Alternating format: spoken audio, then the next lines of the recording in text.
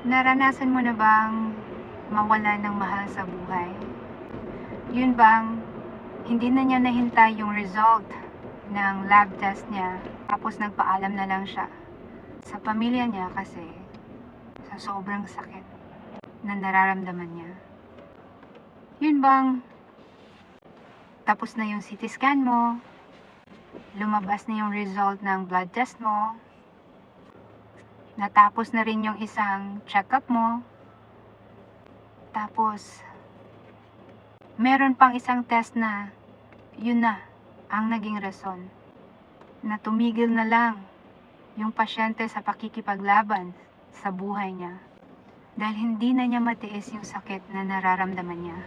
Kaya nung sinabi to ni VP Inday Sara, patawad kung may nagkakasakit at binabawian bigla ng buhay dahil sa kakulangan ng maayos at epektibong healthcare system.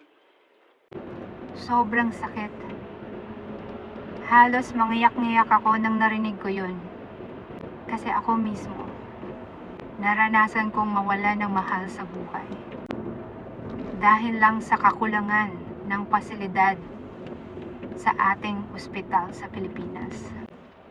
Alam mo yung isang simpleng test na sana agad-agad pwede mong makuha dito sa Taiwan, pero sa atin ilang araw, isang linggong paghihintay. Habang namimilipit na sa sakit yung pasyente at sasabihan ka lang ng doktor na pasensya na po, di namin kayo mabigyan ng tamang gamot kasi kulang pa yung test mo. Para ano pa yung CT scan? Para ano pa yung blood test? Kung hindi mo lang sila makapagbigay ng gamot na pwedeng makapaglunas ng konting sakit na nararamdaman ng pasyente. Di ba may artista? Ilang taon na siya na napapabalitang sobrang malala na yung sakit, pumunta sa ibang bansa, tapos bumalik sa Pilipinas sa panahon ni BBM. Aba, lumabas ngayon sa social media, di ba?